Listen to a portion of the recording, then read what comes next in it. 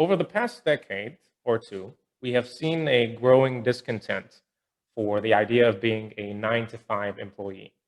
Some complain about the rigid rules that they must abide by in that type of setting, but others, more passionately, protest the idea of having an entity completely controlling their income. It is because of the widespread of such attitudes that an eagerness to change the trajectory of our future was born. What we want is no longer a secure job, but rather a secure income. Enter financial independence. To speak with us today about it, we are joined by an individual who holds a degree in civil engineering, a degree in physics, and is currently working towards achieving a master's degree also in physics.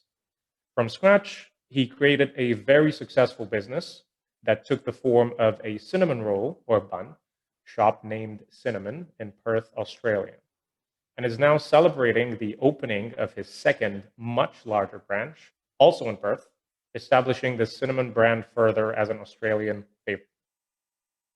He is also an avid investor in cryptocurrency, very successful, if I may add. However, by far, his most notable achievement is the fact that I am his little brother. Midhu, thank you very much for joining us today. Thank you for having me. How are you? I am all well. Pleasure to have you on board. Yeah, Where are you joining us from?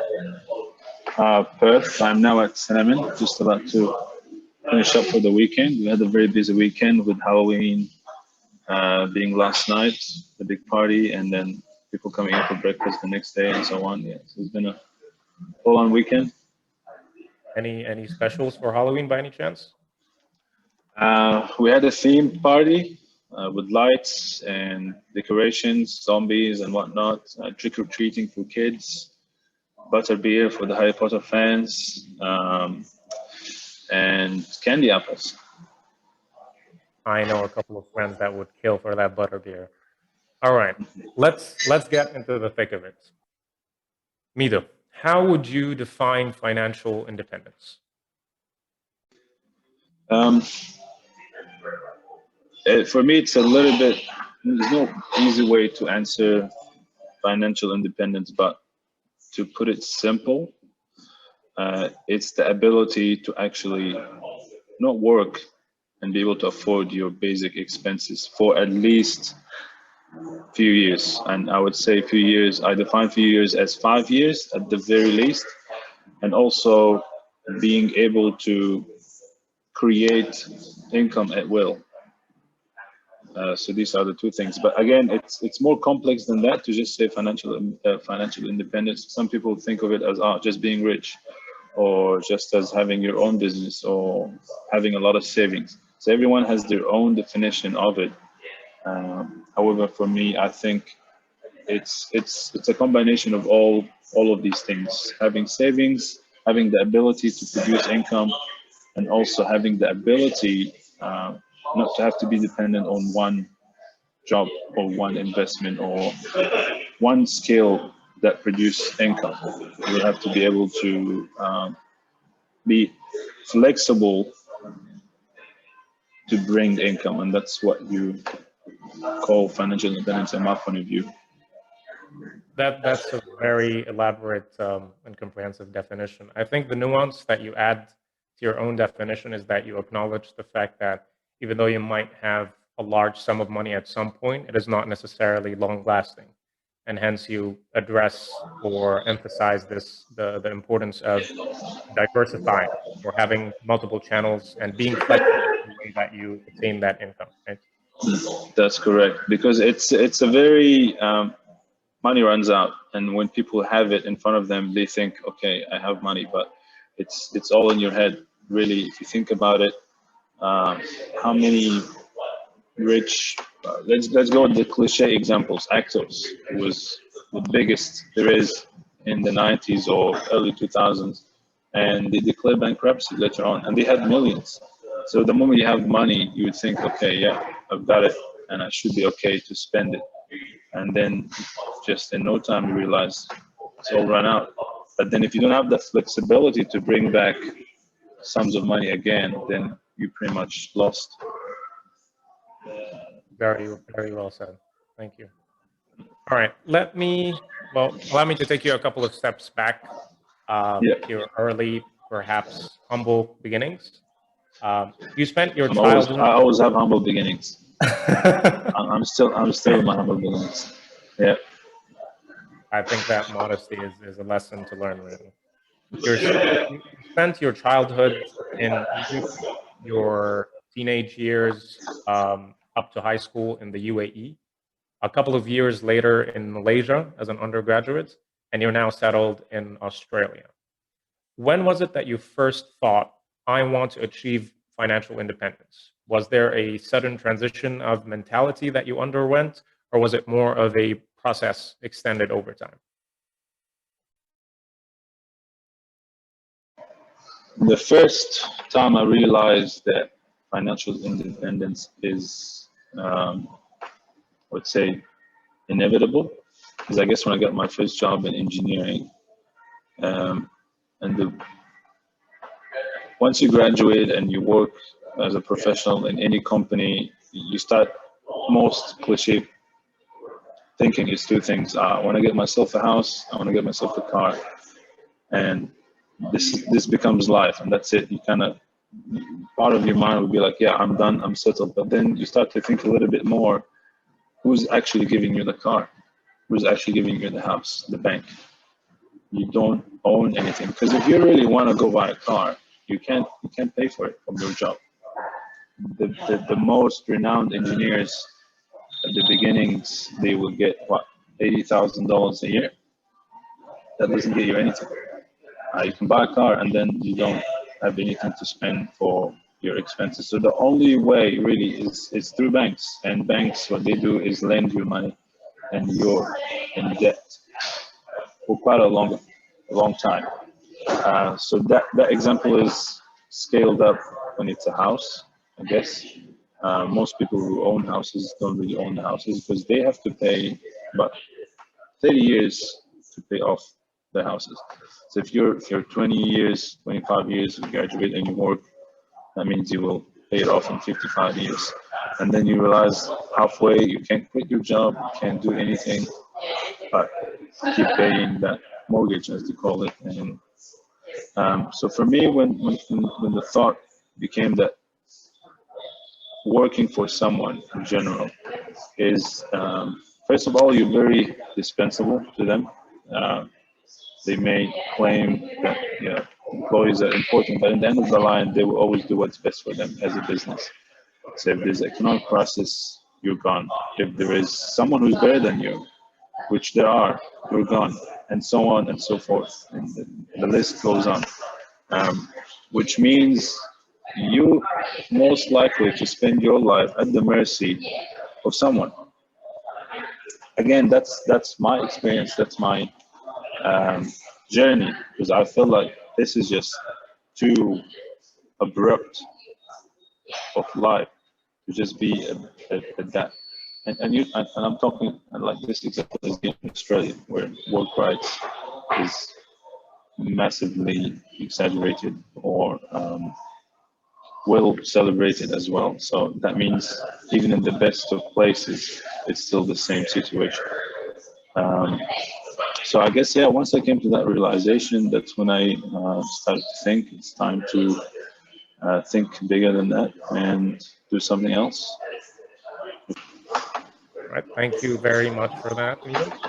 Now, like myself, you come from a STEM background, from the sciences and engineering, a degree in civil engineering and another in physics.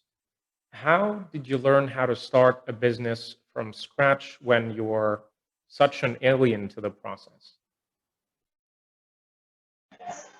To tell you the truth, since I was a kid, I always do some side hustles at schools, like just, you know, nothing major, just like something to improvise. I like improvising, I guess, whatever it is, even trading video games with other things, or with other friends, or even sometimes in video games you learn about trading and doing things like that. But again, that's a very minor thought. However, again, being equipped with science, allows you to be creative, in which case it allowed you to, again, personally, allowed me to, I guess, analyze my surroundings, um, and then harness any opportunity that I may think is an opportunity, and also gives you a very good it gave me a very good methodology that failure can be really calculated. You can calculate the percentage of failure and the percentage of success, and that gives you the probability, that gives you the courage to do it if you're actually worried, because you'll be like, this is math, this can be wrong. If you did a risk assessment and it's like 80% gonna succeed, and you don't take those chances, you're hopeless. You gotta take the chances. Even with lesser probability than that, you still gotta take the chances. But at least there are chances. So I guess, yeah, it's a little bit of that. I think Erwin Schrödinger would be very pleased with that analogy of yours. Yeah. And just to make sure that I understand what you're saying, and going back to the answer from before, you're saying that it is better to take the risk when you have it, rather than have, for instance, a loan from a bank that some people might perceive as um, more or safer for them compared to that risk that they would take with starting up a business or becoming an entrepreneur of some sort. You would advocate for taking the risk more often when it's calculated. Yeah, that's putting me on the spot, but everything has a risk, including working. Like I said before, you're working for someone, and you be passionate about it, but that someone can give you notice to leave in 14 days, or even sometimes on the day, and that of its own, it's a risk. But I don't know how people have the mentality that I have this job, I have this contract, I'm safe. But it's not. So you're taking even more risk work of someone than on your own. So that's one point. So being an employee doesn't really rid of the risk. However, as a business entrepreneur or someone who wants to try a business, definitely you gotta do some research on risks. Like, you don't want to start in an industry that is saturated. Like, you wouldn't go to Brazil and start a coffee farm. Be stupid. Or you don't go to Silicon Valley and start another Silicon Valley company. You know what I mean? So you gotta choose your place that has high risk of succeed based on its surrounding, and that helps. Not to say that if it's low risk or if it's high risk it will fail, but it helps to have low risks in terms of failure, not of the business plan or anything like that. Like, That is very pleasing to know. I think, according to what you said, science has empowered you in that process. It wasn't a hindrance, and I can see from the way that you speak is that you, in a way, uh, adopted or assimilated some of the concepts that we do learn in science into creating up your business.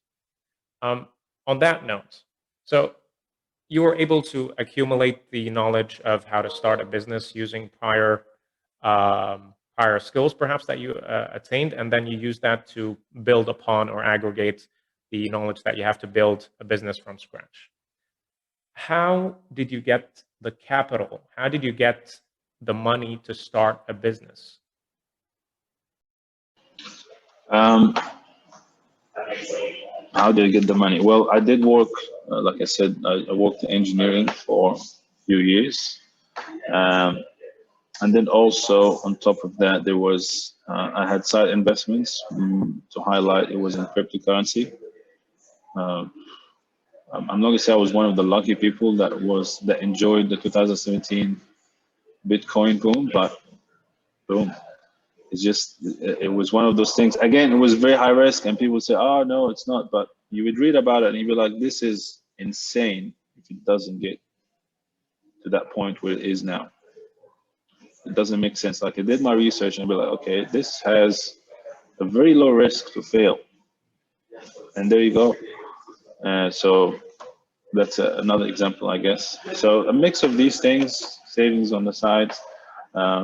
Also, another thing that helps in starting up a business is doing a lot of the work yourself as well. Like I've designed it myself, used my engineering degree to design the whole shop myself, using AutoCAD and SketchUp and whatnot, and then just calling contractors to do the work I can't actually do, like plumbing or electrical or so on. So that helps a lot as well. Don't depend on just one person to tell you, oh, this is going to cost this much, because it could cost as little as 1/3 of that much that what they tell you. Literally, I like for this second shop that we made just recently, I had quotes for $200,000 to make it the way exactly that it is right now, around $200,000, and we got it done for 120. Wow. 120, and that was generous. Like I would say, we got ripped off a little bit, and that's where the extras from. But we could have even gone lower, but it was in the sense that okay, it was projected up to 200, but we went to down there. That was really good enough, just to, get it done. Wow. So It seems like the STEM background just has benefits all over. Not only is it in adopting the business process, but the skills to start again, it.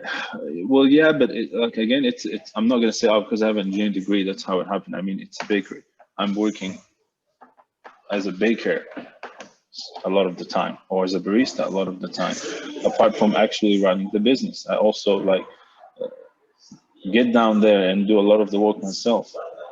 So it also has a lot to do with the personality. You have to accept all tasks, no matter how big or small. You have to accept all tasks.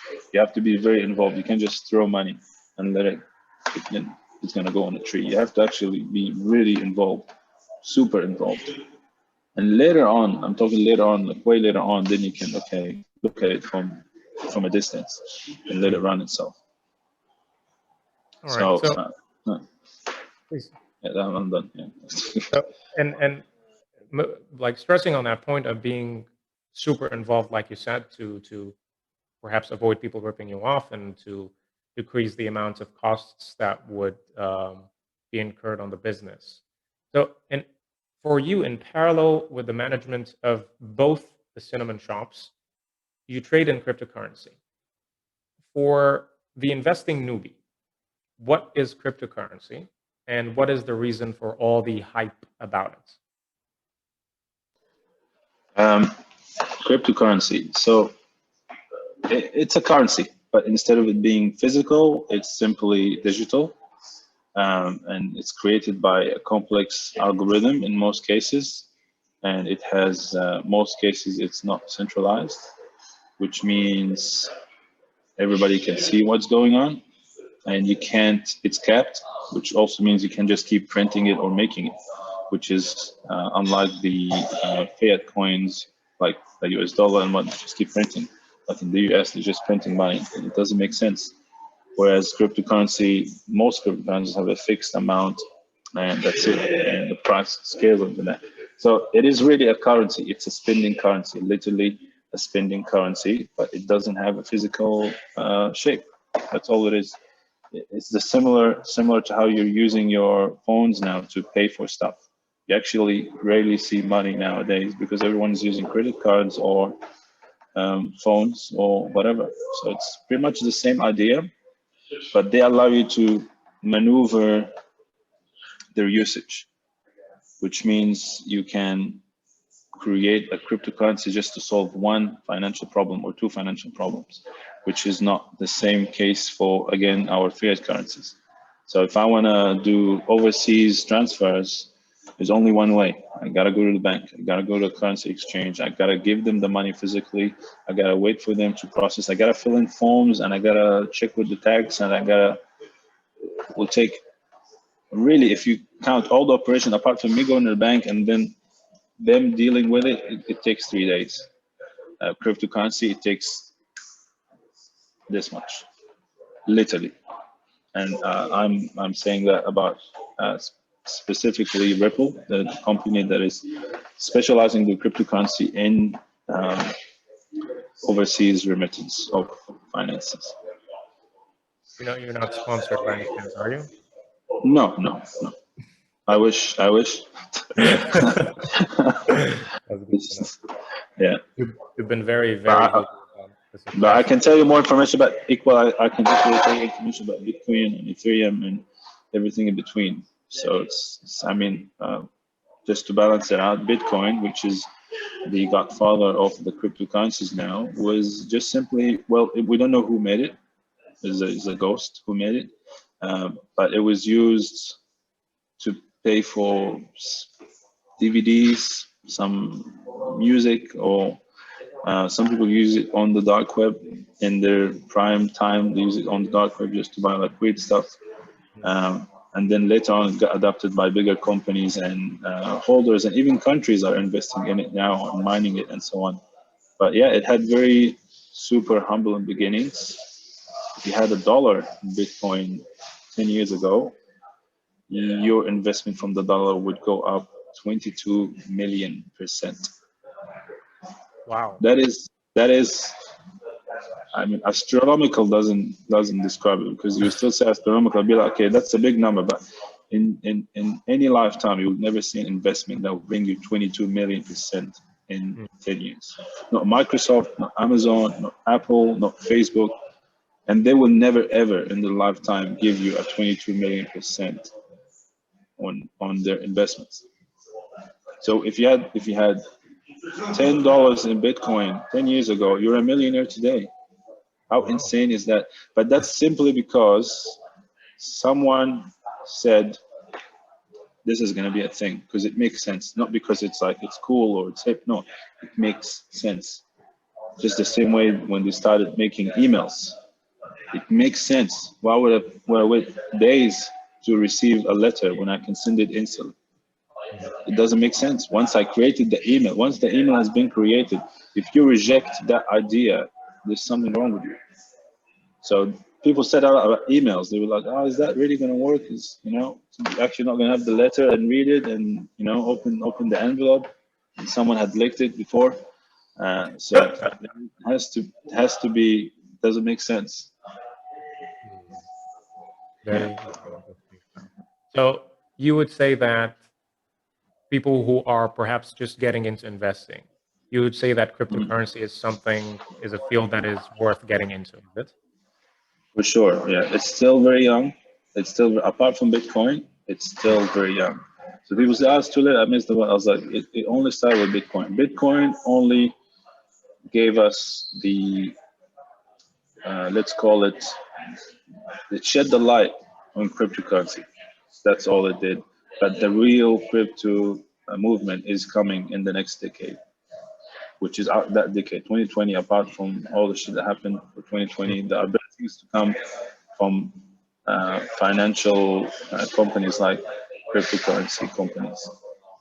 So don't say it's too late or miss, because there's so much opportunity right now, and if you don't take it, you will regret it. Well, if you looked at this interview and then you didn't take it, you would regret it. Otherwise, you don't know, then it's fine. If you don't know, it's fine. Like yeah. I guess it's our social responsibility perhaps to get the word out as well. Yeah, for sure. I almost tell anyone, not including my enemies, about it. So just yeah.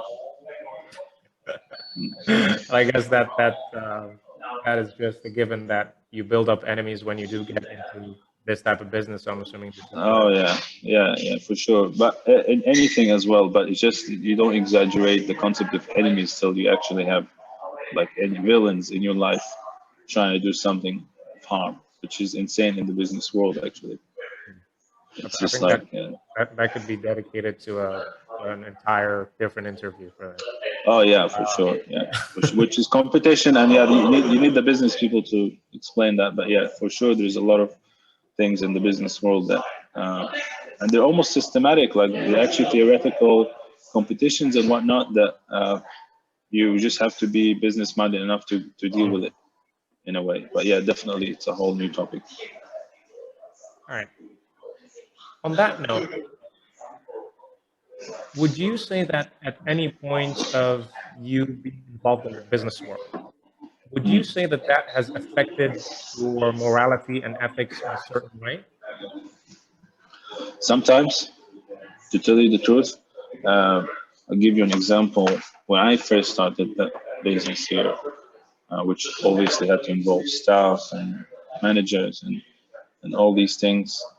In my head, I'm like, okay, I'm gonna be the friendly boss who's not your boss, who's just a friend, part of the team, and everything is happy. But no matter what you do, no matter what you do, 8 out of 10 of your employees will look at you as the evil businessman, even though you're not at all. You're not at all. You show them nothing but kindness. But that's from my experience has been that way.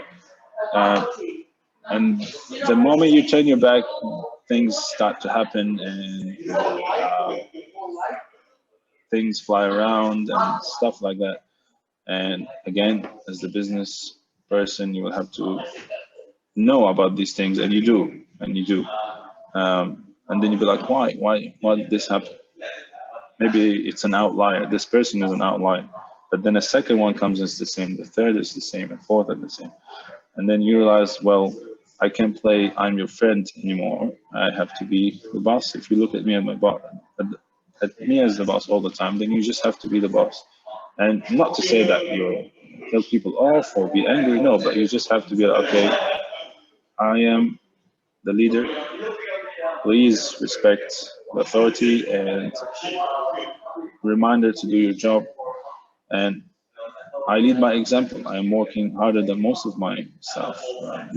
A lot of them go home and come back, and after a 4-hour break, and I'm still there.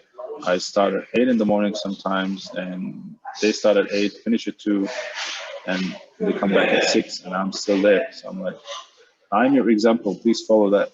Please follow that example. Work. I mean, even if some people don't like it, but don't like the work. I mean, I'm more passionate. Yeah, I can understand that because again, this is a project of mine. But you still have to accept that work is work, and when in it, you just gotta do it. So I guess in that sense, I did feel that there's a morality change because I rather not be that person. But you just have no choice. If you don't do it, if you do it any other way, it doesn't work out. Any other strategies doesn't really work out, and I've tried, and that's the course of almost 3 years.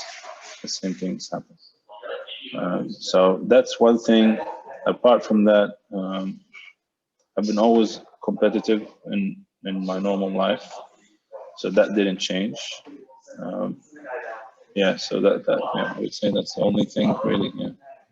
Okay, well, that's not too bad compared to what we normally hear about the business people. Competition is Yeah. never really not as long as it's done in a healthy manner. Is not particularly an unethical matter. Yeah. Yeah. Yeah. Yeah. All right, Mido, we have room for one more question.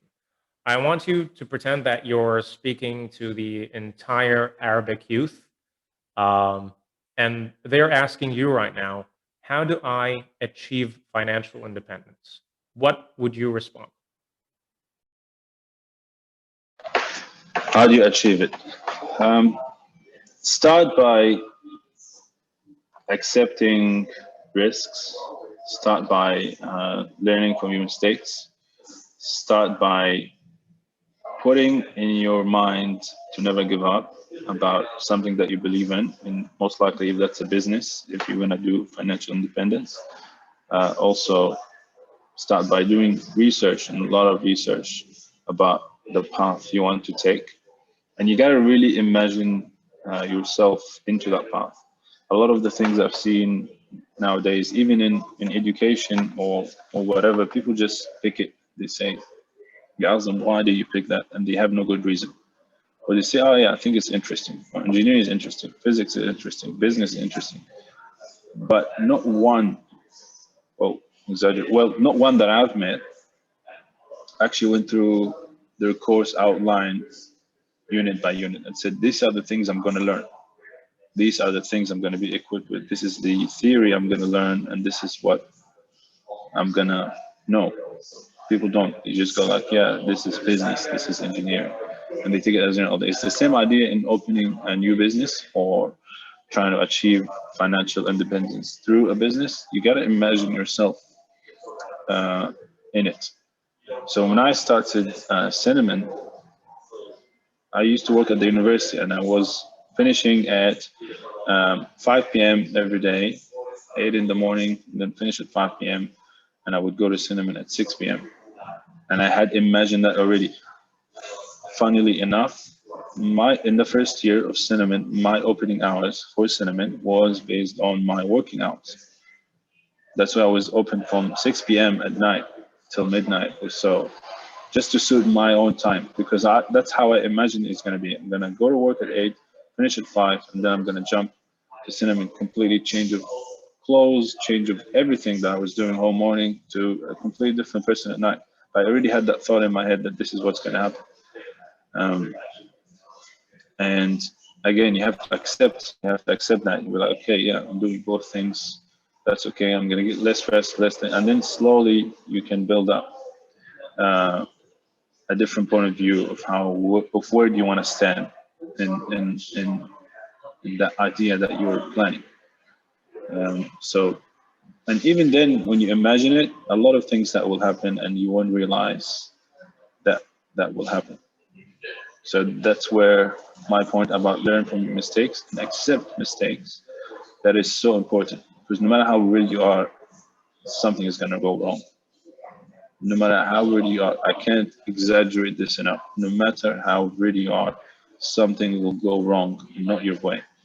But that's where you want to remind yourself, this is the process. This is the process. There's no other way. There's no other way. You have to accept the mistake, learn from it, move on. And then comes to the next point, which is not giving up. If you start an idea and it's not working out the way you imagined, don't give up on it. Improve it, tweak it. Look at all your softwares as a good example. Look how ridiculous they were back 5 years ago or 6 years ago. How ridiculous. Get an iPhone 4 now and open it. I have 2 iPhone 4 that are better off in the rubbish. They're just taking space. Because you open it, you'll be like, what is this? SHIT. What is that? But Apple knew this from the start, that they're gonna start with iPhone 1 and they're gonna search all the way till iPhone 12 to a never-ending iPhone journey that we don't know. I hope it ends sometime soon, but they are getting better. They are getting better every single year, and that's, if you realize in their marketing, they go like, our best iPhone ever, every single year, our best camera ever. They already planned in their minds, in their company, that every year they're gonna improve. Every single year they're gonna improve. They're gonna get better as long as time goes, and that's the mind that you want. And as much as I hate these big companies, they are masters of running business or a product or anything. Even same like McDonald's, probably the most evil corporation in the world. But these people are evil geniuses. Evil geniuses. Go to a McDonald's and look around you. Everything has a place. Everything has a system. You won't see a straw out of place. They will have a little thing where they can put the straw. They thought of everything. And they didn't just make this up. No, it was by mistakes. Before, they probably had them laying around. They'd be like, this is not good. We got to improve, and so on and so forth. So also another thing to add, I guess, is learn from others. Learn from others, no matter how much you despise them.